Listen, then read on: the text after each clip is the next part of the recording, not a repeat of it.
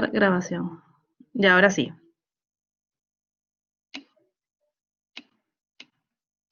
Bien, entonces dentro de las grandes áreas de patología clínica ya hemos revisado lo concerniente a la parte de hematología, ya hemos revisado en algunas clases lo que corresponde a bioquímica y ahora complementamos con lo que es laboratorio de inmunología. Para eso vamos a dar un repaso bastante breve sobre los conceptos que ustedes ya conocen en relación al sistema inmune. Para eso, reconocemos pues que el sistema inmune se va a activar cuando va a detectar una alteración en la homeostasis y básicamente esto a consecuencia de alguna agresión del ambiente, alguna agresión externa o alguna injuria producida por agentes patógenos. Es así que el sistema inmune detecta esta agresión y va a tener brazos con los que va a poder ayudar a recuperar esta homeostasis. Primero tenemos la inmunidad natural o inespecífica, que básicamente es la que va a participar antes que generemos memoria a alguna infección, es el primer mecanismo de respuesta. Acá tenemos las barreras físicas, las barreras químicas, fagocitarias, algunas proteínas plasmáticas, y dentro del otro brazo tenemos a la inmunidad adaptativa o específica, aquella que vamos a activar a consecuencia de ya haber recibido alguna infección previamente y que simplemente activamos la inmunidad humoral a través de anticuerpos o la inmunidad celular a través de linfocitos. Dentro de estos mecanismos de defensa específicos, tenemos pues que los linfocitos T se van a encargar de la inmunidad celular y los linfocitos B de la inmunidad humoral.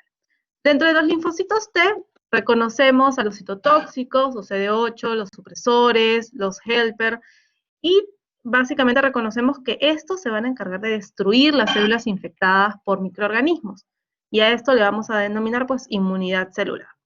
En el caso de los linfocitos, estos que van a formar a su vez células plasmáticas, las cuales van a producir anticuerpos, ¿cuál es la acción de estos anticuerpos? Pues básicamente bloquear o inactivar toxinas o microorganismos. Dentro de la inmunidad celular reconocemos que es la respuesta específica en la que van a intervenir los linfocitos T y que básicamente se va a encargar de destruir al agente patógeno. Estos linfocitos van a atacar, destruir, y acá viene el problema, no solamente células infectadas, sino en algunas ocasiones podría llegar a destruir células propias y, bueno, en casos necesarios, las células tumorales. Dentro de los tipos de linfocitos T, ya habíamos mencionado, tenemos básicamente los CD4, CD8. Dentro de los CD4 tenemos dos variantes, los TH1 o inflamatorios, que son los que van a activar y destruir a las células infectadas, y los TH2, denominados también cooperadores, que van a estimular a los linfocitos B para producción y liberación de anticuerpos. En el caso de los CD8 o los citotóxicos, estos participan directamente en la destrucción de células tumorales o aquellas que contienen algún patógeno intracelular. ¿A través de qué mecanismo? Pues van a inducir la apoptosis. Si bien el mecanismo de actuación de los linfocitos es distinto, todos van a tener una fase de inicio similar, y es la denominada la fase de presentación de antígenos.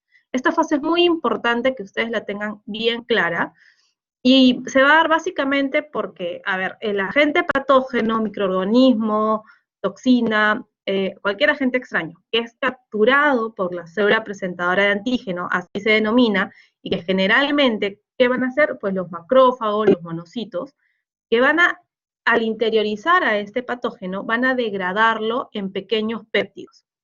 Estos pequeños péptidos se van a unir a su vez al complejo mayor de histocompatibilidad. Una vez unidos, van a ser expuestos a través de la membrana como si fuera una banderita de señalización, y este macrófago monocito con su banderita, vamos a denominarle macrófago monocito activado, se va a movilizar por todo el torrente sanguíneo hasta que encuentre a sus otros hermanitos, otros linfocitos, a los que va a continuar activando.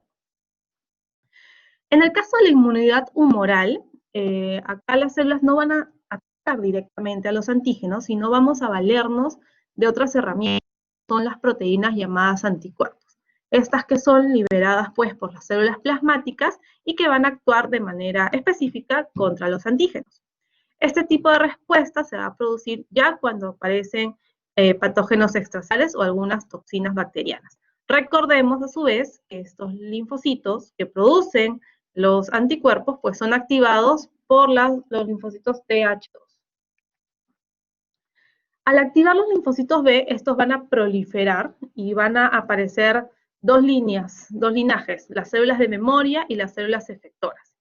En el caso de las células plasmáticas, vamos a tener que estas van a liberar el antígeno, que va a ocasionar ¿qué cosa? Va a provocar la opsonización del antígeno y la fijación del sistema de complemento.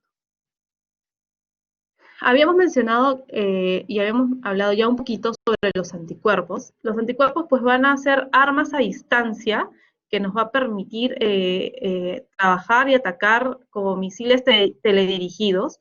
Son proteínas plasmáticas lobulares pesadas, que también las vamos a conocer como inmunoglobulinas. Son un producto esencial de la evolución de nuestro sistema inmune adaptativo, que le va a permitir esta gran capacidad de aprender y recordar las respuestas a patógenos invasores. Es decir, dentro de la evolución de nuestro sistema inmune es realmente uno de los grandes logros de protección para nuestro propio cuerpo tener los anticuerpos. Estos los vamos a encontrar en dos formas, en forma libre en la sangre o en otros fluidos corporales, o también unida a la membrana celular de un linfocito B. Dentro de los tipos de anticuerpos tenemos aquellos de cadenas pesadas, que son, de acuerdo al tipo de esta cadena pesada es que le vamos a dar la denominación. Por ejemplo, tenemos anticuerpos IgA, IgD, IgE, IgG, IgM. En el caso de las cadenas ligeras tenemos dos tipos principalmente, las cadenas lambda y las cadenas kappa. En el caso de la IgM, esta básicamente va a aparecer en los linfocitos B unida a la membrana plasmática, y para que recuerden, la M es de mamá, es decir, es el primer anticuerpo, la primera inmunoglobulina que se va a manifestar en la respuesta primaria activando el sistema de complemento. Representa solo el 6% del total de las inmunoglobulinas, y tenemos que la otra proporción pues va a estar básicamente representada por la inmunoglobulina G, que es la más abundante, es la que se une rápidamente a macrófagos, a neutrófilos, y va a provocar la destrucción de los microorganismos. Una de las propiedades a recordar es que la IgG puede atravesar la barrera placentaria y se secreta en la leche materna. Entonces va a ser responsable de la inmunidad fetal y de la inmunidad del recién nacido. Eso es súper importante. ¿Cómo es la aparición y el comportamiento de estas inmunoglobulinas a lo largo del desarrollo de una persona? Vemos que a nivel intrauterino, antes del nacimiento, vamos a tener una inmunidad activa, pero a consecuencia de una transferencia pasiva de las IgG maternas. Posteriormente vamos a tener un incremento incipiente de las IgM, que son las que están en línea roja, las primeras que comienzan a aparecer. Luego tenemos acá un periodo de hasta 9 meses donde hay todavía valores bajos de IgG materna, que da tiempo a que comiencen a producirse los IgG ya propios, los IgG del mismo paciente. Y otra inmunoglobulina que no debe pasar desapercibida es la IgA, y la IgA que es asociada a mucosas y que en tiempos de COVID también ha cobrado alguna relevancia, tiene un comportamiento similar, también se incrementa sobre el sexto, noveno mes de vida y mantiene sus niveles hasta la vida adulta. Entonces, ¿cómo es que desde el laboratorio de inmunología vamos a abordar y vamos a investigar este sistema? Básicamente, ¿qué es lo que buscamos? Queremos evaluar la integridad, queremos evaluar si es que hay alguna deficiencia, algunos de sus componentes, si es que hay cuadros de hipersensibilidad, e incluso el nivel de actividad. Y lo podemos hacer ya sea estudiando a la inmunidad humoral a través de sus moléculas circulantes, o estudiando la inmunidad celular a través de la identificación y caracterización de justamente de sus componentes, ya sea mediante un fenotipaje, mediante la cuantificación y mediante la evaluación de la funcionalidad. En el caso de la inmunidad humoral, recordemos anticuerpos, inmunoglobulinas. Entonces, ¿qué es lo que podemos hacer en el laboratorio? Podemos dosar los anticuerpos, podemos dosar las inmunoglobulinas, podemos detectar existe anticuerpos contra hepatitis B, por ejemplo. Podemos dosar proteínas, podemos dosar autoanticuerpos, citoquinas, que son estas moléculas de señalización, de activación, de reconocimiento. Podemos identificar las moléculas de podemos evaluar la presencia o ausencia de receptores solubles y asimismo también podemos evaluar la funcionalidad de las proteínas del complemento. Y nos vamos a valer de metodologías de laboratorio denominados inmunoensayos. Inmunoensayos coge un gran grupo de metodologías entre las que tenemos, por ejemplo, la electroforesis de proteínas, tenemos la esnefilometría, tenemos radioinmunoensayo, ELISA, inmunoblot, técnicas de aglutinación y de inmunofluorescencia. Entonces, es súper importante que ustedes identifiquen estas que les he mencionado como metodologías. Antiguamente, cuando recién apareció la prueba para detectar anticuerpos contra HIV, la metodología que se utilizaba era un inmunoensayo, era un ELISA. Pero como fue muy usada durante mucho tiempo y una de las primeras que se utilizaron, como que se asoció mucho el nombre de ELISA con HIV. Sin embargo, ELISA, la metodología la podemos utilizar para identificar anticuerpos de un sinnúmero de infecciones. Justamente el ELISA, que lleva esta denominación por sus siglas en inglés, por su nombre en inglés, es un método cuantitativo de muy fácil realización. En algunos casos incluso puede hacerse en laboratorios de bajo volumen manualmente. No requiere, esta es una ventaja, que hasta el momento en que apareció en los 80, pues se utilizaban muchos reactivos en el laboratorio que eran radiactivos y que posteriormente ocasionaban complicaciones cancerígenas al personal del laboratorio. Entonces, una de las primeras que no requiere isótopos radiactivos pues fue el ELISA, tiene una excelente reproducibilidad y va a detectar anticuerpos, subclases de inmunoglobulinas, podemos detectar antígenos, autoanticuerpos. ¿Y cuál es el principio? Es bien sencillo. Tenemos básicamente, por ejemplo, en el ELISA directo, tenemos esta placa de 96 pocitos. Entonces es un pocito donde lo que voy a fijar es un antígeno. Por ejemplo, si yo quiero detectar anticuerpos contra el antígeno de superficie, voy a pegar acá antígeno en superficie. Le vamos a primero colocar un primer conjugado, luego le colocamos la muestra y generamos luego un que va a dar un color. En el caso del ELISA indirecto, tenemos que igual colocamos un antígeno, le colocamos la muestra, generamos un segundo anticuerpo que va a formar un conjugado y posteriormente el sustrato que va a ocasionar la coloración. Se entiende que acoloración es un resultado positivo. En el caso de ELISA Sandwich es una variante donde ya no voy a colocar un antígeno fijado en el pocillo, sino voy a colocar primero un anticuerpo de captura. Y luego toda la secuencia se mantiene igual. Luego tenemos otra metodología que es el inmunoblot. Este es un método cualitativo, por el contrario. Va a identificar anticuerpos específicos, por ejemplo, el Western blot es una de estas variantes del inmunoblot. Es de fácil realización y la ventaja es que nos va a generar un registro permanente. Es decir, vamos a tener estas bandas, son unas tiras de nitrocelulosa, donde voy a tener pigmentadas algunas bandas, y estas tiras incluso podría guardarlas, podría mantenerlas en un archivo para cualquier control o solicitud posterior de revisión. Caso que no sucede con un ELISA, porque al ser una metodología líquida, lo único que tengo va a ser la cuantificación a nivel de la lectura en el equipo. inmunoensayo es la inmunofluorescencia, que también me va a permitir identificar anticuerpos o antígenos específicos.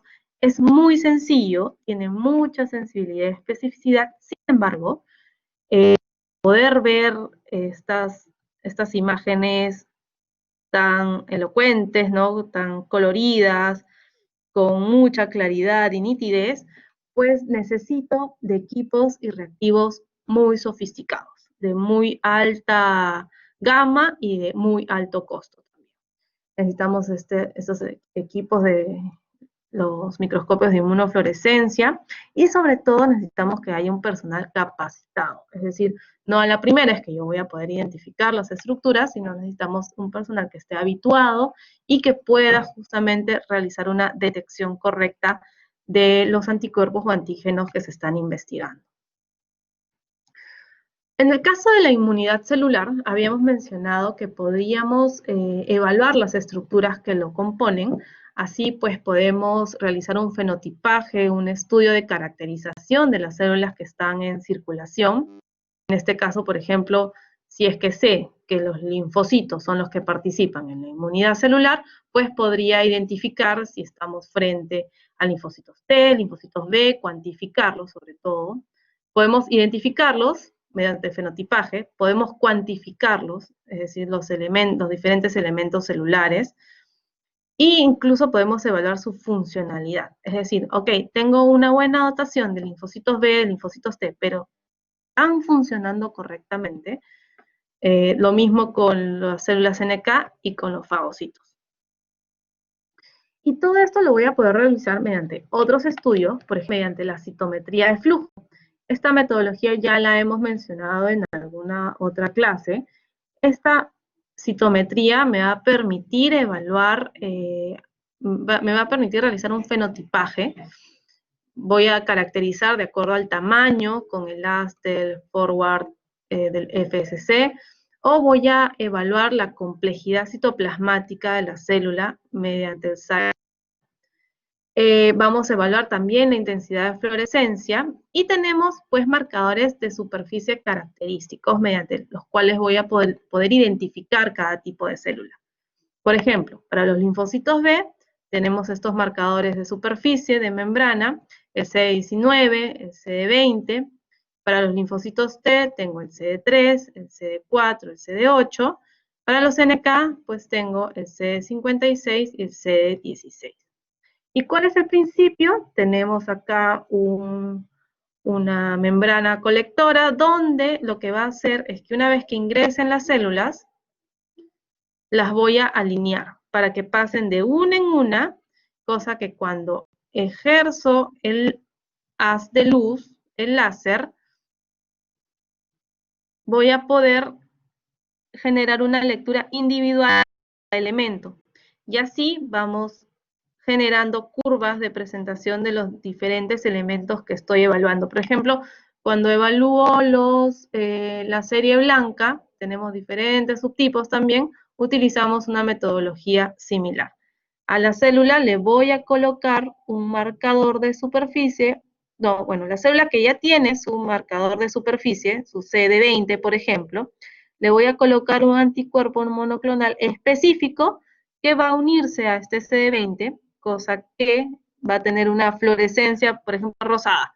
Entonces, cuando pase con este haz de luz, va a identificar fluorescencia rosada, generándome la curva característica. Dentro de las aplicaciones de esta metodología, pues tenemos en hematología, nos ayuda al contagio celular, nos permite realizar la fórmula leucocitaria, nos permite también realizar el estudio de médula ósea. En el caso de farmacología, el estudio de la cinética celular mediante la farmacocinética y farmacodinamia, justamente evaluando estos efectos. En el caso de inmunología, como ya habíamos mencionado, podemos estudiar las subpoblaciones de linfocitos T, podemos realizar tipaje tisular y en los casos de realizar estimulación linfocitaria, ver cómo varían estas subpoblaciones. En el caso de oncología, pues nos va a servir un montón para monitorizar tratamiento, para diagnóstico de leucemias, linfomas y también pues para pronóstico. Entonces, ya hemos visto pues que el laboratorio y el sistema inmune pueden ser, o sea, van de la mano, es una herramienta complementaria poder utilizar el laboratorio, sobre todo porque vamos a poder aportar ya sea elementos diagnósticos, vamos a poder evaluar el nivel de actividad y también vamos a poder aportar elementos pronósticos. ¿Para qué? Para poder tener y lograr identificar si estamos frente a una enfermedad autoinmune o si estamos frente a una inmunodeficiencia. Son dos escenarios contrarios. ¿Qué es lo que sucede y de qué hablamos cuando nos referimos a una enfermedad autoinmune? Esta se va a dar a consecuencia de un sistema inmunitario que está hiperactivado, que va a atacar no solo a los organismos extraños, sino que también va a atacar tejidos normales como si fueran extraños. Acá tenemos enfermedades autoinmunes comunes, entre ellas algunas de las que ya se han hablado, como la diabetes mellitus tipo 1, la artritis reumatoide, el lupus eritematoso sistémico, la tiroiditis de Hashimoto. Y en el caso de la inmunodeficiencia, estamos al otro lado de la pista, donde lo que va a ocurrir es que el sistema inmunitario está menos activo de lo normal. Entonces, lo que va a ocasionar es que siempre hay agentes oportunistas, vayan a haber infecciones recurrentes e incluso pueden poner en peligro la vida de nuestro paciente. Estas inmunodeficiencias pues, pueden ser el resultado de una enfermedad genética, es decir, algo ya de base, como puede ser una deficiencia aislada de IgA, tenemos la agamoglobulinemia ligada al cromosoma X, o una inmunodeficiencia combinable, que son escenarios bien complejos. Y por ejemplo, ¿qué fármacos? Los corticoides. Cuando nos tomamos de larga data van a ocasionar inmunodeficiencia. En el caso de algunos citotóxicos, de algunos antimicrobianos que pueden ocasionar agranulocitosis, o pueden ser producidas por una infección. Y acá quiero destacar, pues, es el síndrome de déficit o SIDA. Este síndrome, pues, es la estación final de la infección por HIV. El HIV va a tener dos dianas principales, el sistema inmunitario y el sistema nervioso. Darse la infección, vamos a tener que va a ser a través de tejidos mucosos y de sangre. Esta inmunodeficiencia va a ser profunda y va a afectar principalmente la inmunidad celular, ocasionando la infección y una pérdida grave de linfocitos T CD4. ¿Por qué se van a perder estos linfocitos T CD4? Pues porque justamente el virus va a necesitar de estos linfocitos para replicarse. Son los efectos citopáticos directos de los virus en la replicación. Se sabe, por ejemplo, que se producen más de 100.000 millones de partículas víricas al día. Entonces están muriendo alrededor de 1.000 a 2.000 millones de linfocitos T. Entonces va a llegar un momento en que nuestro sistema inmune todavía pues mantiene su producción de linfocitos T. Sin embargo, a medida que la enfermedad avanza, esta renovación de linfocitos ya no va a poder mantener el ritmo de la pérdida de estas células y va a comenzar a ganar terreno pues la infección. ¿Y cómo es que laboratorio vamos a realizar la investigación de estos pacientes? Pues tenemos métodos directos donde básicamente vamos a buscar la presencia del antígeno. La presencia del antígeno puede ser a través de las partículas víricas investigadas a través de pruebas moleculares, como una PCR cualitativa, donde simplemente digo positivo o negativo, o una cuantitativa, donde doy el valor de copias por millón. Y tenemos también la realización de métodos mucho más complejos, como es el cultivo y el aislamiento viral. Por ejemplo, acá tenemos una curva de PCR donde aparecen los logs de cuantificación y dependiendo del corte podríamos ya interpretar como positivo o negativo. En el caso de los métodos indirectos, tenemos acá la búsqueda de la presencia o ausencia de anticuerpos. Pueden ser utilizados ya mediante pruebas rápidas, mediante los ELISA que ya hemos mencionado, mediante los IFIs, Western blot, y que básicamente el principio, pues que ya lo hemos mencionado, por ejemplo, este es en el caso de la ELISA, tenemos el pocillo, donde fijamos un antígeno, y lo que queremos es investigar los anticuerpos presentes en el paciente. Coloco la muestra, si es que el paciente tiene anticuerpos, pues se van a quedar pegados al antígeno, y posteriormente coloco un antianticuerpo para formar un complejo que posteriormente se colorearía o se identificaría mediante alguna metodología. Esto es básicamente el principio de un inmunoensayo. En el caso de las pruebas rápidas, que tanto están de moda ahora, las pruebas rápidas, le vamos a denominar prueba rápida a aquellos que son metodologías inmunocromatográficas, que pueden ser también test de aglutinación y que básicamente tienen el principio de que son de detección rápida y que la premisa de utilizarlos son para tamizaje. ¿Por qué? ¿Por qué tamizaje? Porque tienen una alta sensibilidad. Es decir, tengo alta probabilidad de emitir resultados falsos positivos. Por el contrario, la posibilidad de falsos negativos es muy baja. Son como las pruebas que se utilizan en banco de sangre, donde se prefiere pecar en exceso que en efecto. Acá tenemos las inmunocromatografías, donde vamos a detectar pues, anticuerpos anti-HIV1 y 2, y no vamos a detectar componentes virales. O sea, básicamente va a ser un estudio serológico mediante inmunocromatografía, la metodología. Es un estudio cualitativo, es un principio de absorción, y pues es muy sencillo porque vamos a tener siempre una banda control, que va a ser la de acá, y vamos a tener fijados los antígenos, vamos a buscar la presencia de anticuerpos, y al haber esta reacción, pues va a aparecer una banda coloreada. En el caso de la ELISA, por ejemplo, podemos utilizar este método que es enzimático, es cualitativo, directo. En el caso, en algunos que se utilizan para HIV son del tipo sándwich, en un solo paso, donde tenemos fijados los antígenos, colocamos la muestra del paciente, que puede ser suero o plasma, se espera que tenga anticuerpos. ¿Qué pasó?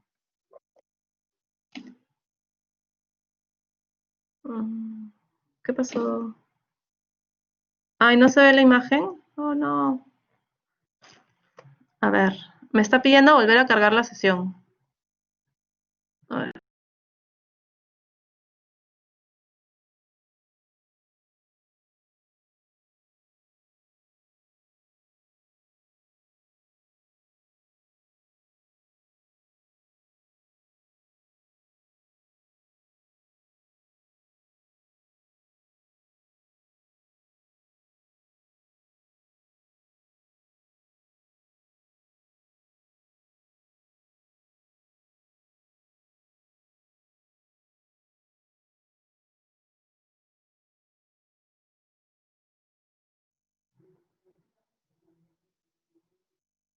¿Aló?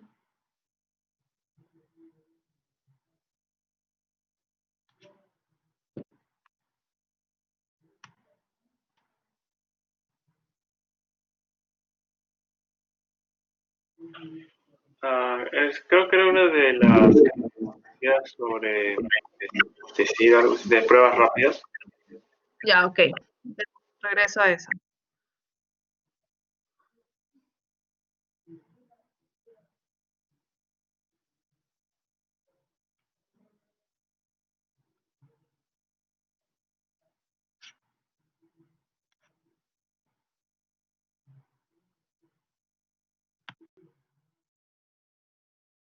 Ya, ahí, en esa.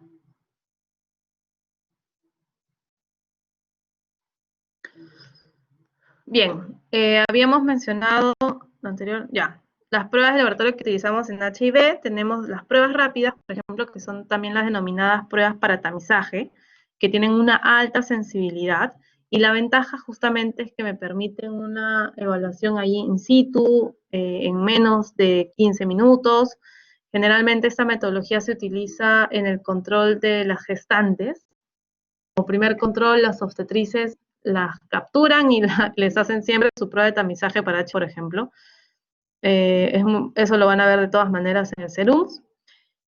Luego tenemos, el principio es la inmunocromatografía, donde voy a tener fijado pues un antígeno en la banda, en una tirita de nitrocelulosa, donde voy a investigar la presencia de anticuerpos anti-HIV en el paciente.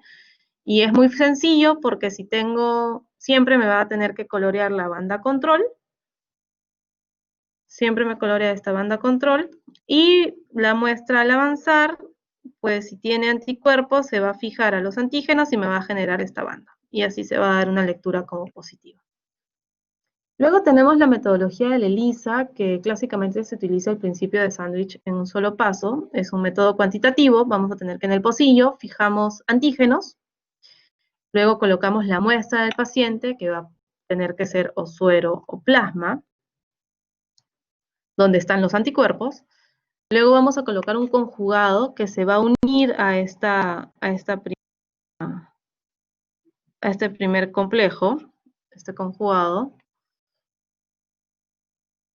Posteriormente vamos a colocar un sustrato que tiene un cromógeno y va a dar una coloración. Y luego le pongo un reactivo para bloquear la reacción. Y básicamente vamos a tener estas tiras con pocillos. Estas ya son con muestras, por ejemplo. Entonces, básicamente podemos identificar que aquella que no tiene coloración, pues es un resultado negativo, podemos decir ausencia de anticuerpos. En el caso de una lectura coloreada, pues podemos decir hay presencia de anticuerpos, es una reacción positiva. Los ELISAs, a su vez, han evolucionado a lo largo de los años. Recordemos que estas primeras metodologías aparecieron en los 80, ya 20 años después, estamos ya en los ELISAs de cuarta generación. En un inicio se utilizó, por ejemplo, lisados virales. Ahora ya utilizamos péptidos recombinantes. Incluso ya hemos agregado lo que es detectar el antígeno P24. Entonces también la capacidad de detección se ha ido incrementando, y al aumentar la capacidad de detección tenemos mayor probabilidad de acortar los periodos de ventana, que antes eran muy, muy largos, que el laboratorio no permitía, por la tecnología existente, no permitía hacer unos diagnósticos muy tempranos. Sin embargo, ahora podemos reducir esa ventana a aproximadamente 21 días a un mes. En cuanto a las pruebas de confirmación, la premisa para hacer una prueba de confirmación es que tiene que tener una alta especificidad. Y dentro de este grupo tenemos al Western blot y a la inmunofluorescencia indirecta. Es decir, el concepto primordial para hacer una prueba de confirmación es que tenga una baja posibilidad de obtener resultados falsos positivos. El Western blot pues va a detectar anticuerpos contra proteínas específicas del HIV. Tenemos que, como es un inmunoensayo, el principio es muy similar. Es un test inmunolineal o un ELISA en banda denominado así. Vamos a utilizar lisado viral de células infectadas y que vamos a someterlos a electroforesis. Y luego va a ser transferido a hojitas de nitrocelulosa. Es decir, voy a tener un recuerdo permanente de esta lectura o esta reacción. De acuerdo a la posición de las bandas que se van a generar, es que yo voy a poder interpretar como positivo o negativo. Por ejemplo, tenemos las bandas de envoltura, tenemos la GP120, que es una glucoproteína externa, la P24, que es la proteína principal, tenemos la del core, las transmembrana, la GP41, y cada una va a tener una posición determinada. Entonces, ¿cómo es que voy a interpretar un positivo? Es decir, debo encontrar la presencia de dos bandas con intensidad mayor a una cruz en relación a la coloración del control. Debe existir una banda de envoltura con la de P24.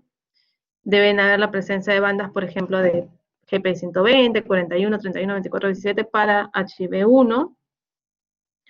Y para el HIV2 específicas la GP105 y la GP36.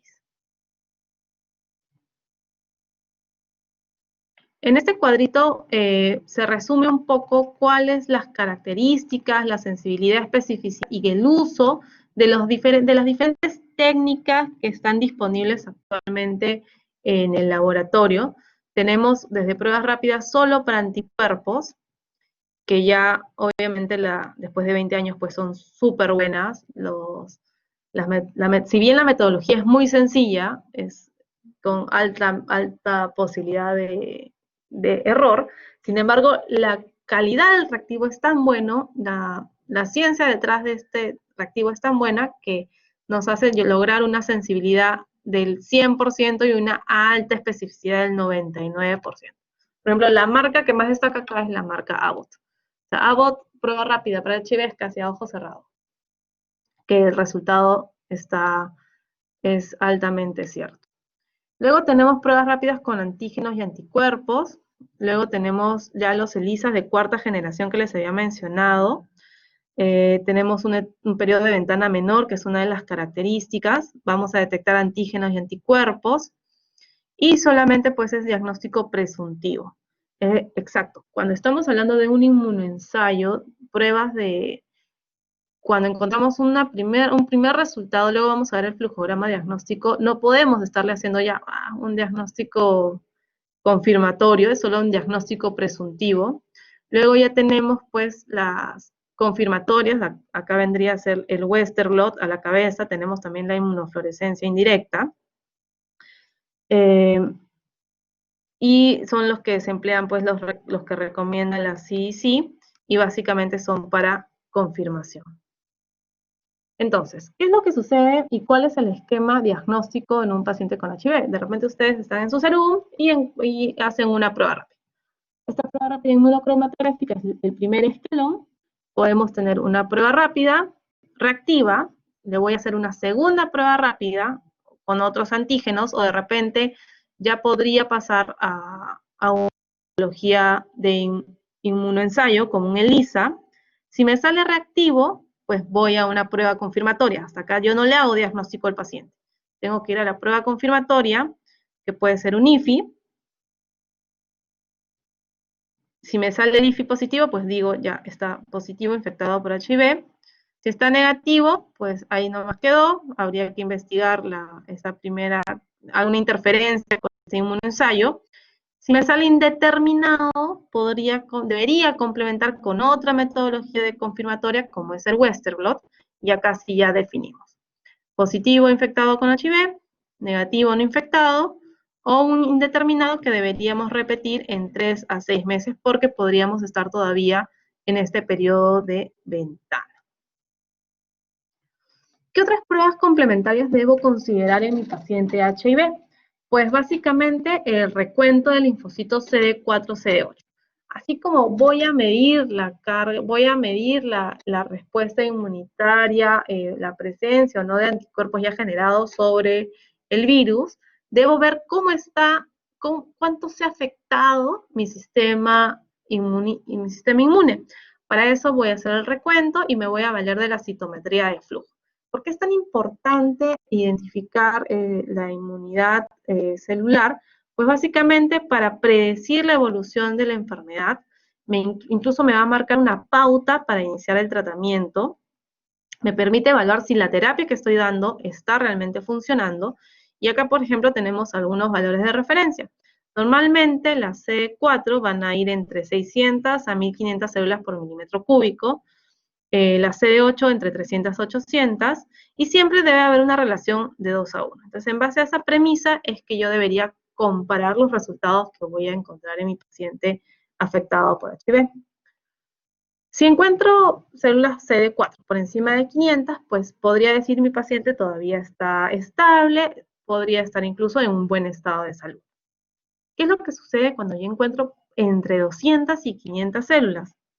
Acá ya pues vamos a ver que se incrementa el riesgo de algunas infecciones oportunistas, pueden ser por herpes, infecciones dérmicas, infecciones pulmonares, acá ya salta a la cabeza TBC, otras infecciones oportunistas, a la cabeza también el neumocistis carini, neumonías complicadas, y algunos virus como el citomegalovirus. ¿Qué es lo que sucede cuando más desciende este recuento de CD4? Y tenemos entre solo 50 y 200 células. Se incrementa mucho más el riesgo de neumonía por neumocistis carini, otras infecciones oportunistas. Acá se recomienda el tratamiento preventivo, es decir, puedo comenzar con antibióticos, antibacterianos, de manera profiláctica. Ya con valores debajo de 100, pues debería considerar contra micosis profundas, micosis sistémicas. En el caso de valores por debajo de 50, tenemos que se incrementa significativamente el riesgo y debo continuar pues con las terapias preventivas. Sin embargo, cada uno de estos escalones pues van a conllevar un mayor riesgo para nuestro paciente. Vemos que en la fase de primoinfección vamos a tener un pico muy pronunciado de carga viral, que luego se va a mantener en una fase casi estable, que es el periodo de latencia. Posteriormente, vemos acá cómo nuestro recuento de CD4 pues sigue ganando la lucha, todavía le está luchando, pero llega un momento en que comienza a disminuir nuestra cantidad de CD4, comienzan a aparecer las enfermedades oportunistas, algunas candidiasis, algunos herpes zona, puede aparecer Kaposi, pueden aparecer algunas complicaciones oncológicas como linfomas, infecciones virales, y acá hacemos el cruce. Comienza a ganar la batalla el virus, que se incrementa, y nuestro recuento de CD4 cae. Y acá se agregan pues infecciones ya virales como toxoplasmosis, megalovirus, meningitis. Complementariamente, entonces, al recuento de CD4, CD8, debo realizar la evaluación de cómo están las copias de virus en mi paciente. Para eso realizo una carga viral. Nos va a indicar directamente la actividad del virus y me voy a valer de los niveles de RNA viral.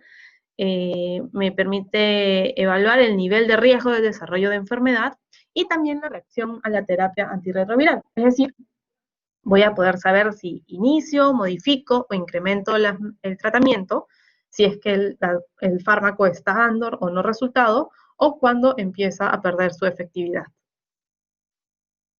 Por ejemplo, esta es como una línea de tiempo para detección del HIV. Tenemos que si el día 0 es el día de exposición al virus, en los primeros 7 a 14 días podemos detectar la carga viral. Vean qué temprano, qué metodología tan temprana, que es una prueba molecular, básicamente lo que utilizo para determinar carga viral. Ya al 7º o 14º día, tras el contacto con el HIV, ya podría estar detectando la presencia del virus. El P24, que es el último antígeno agregado en los ELISAs de cuarta generación, me acorta el tiempo de ventana hasta 14 días.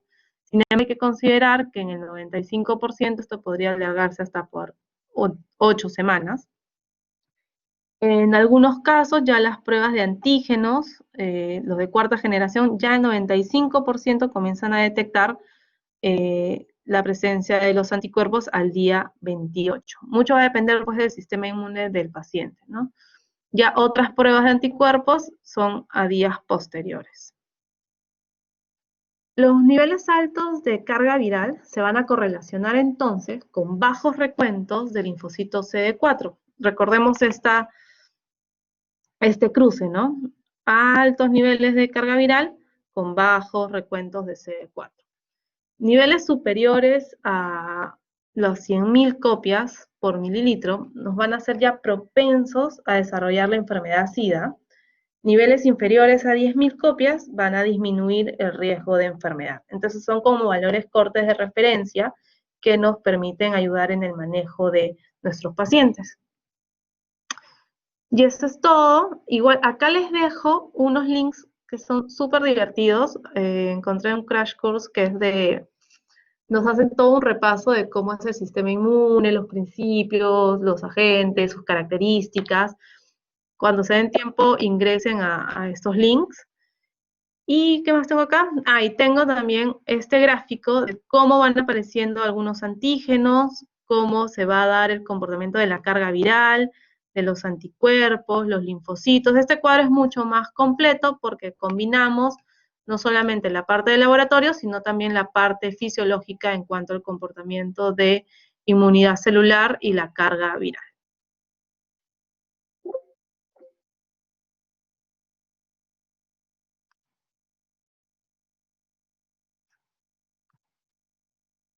Bien, chicos.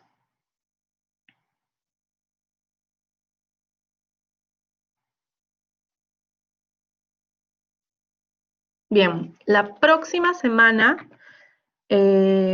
continuamos con las teorías. Ya nos tocaría entrar a las que corresponden al tercer módulo. Me toca hablar de sepsis, es otra clase súper útil que les va a ayudar mucho. Y luego va a haber un bonus track sobre el laboratorio y el COVID. Así que nada, espero estén bien, cuídense mucho y nos vemos la próxima semana. Cuídense.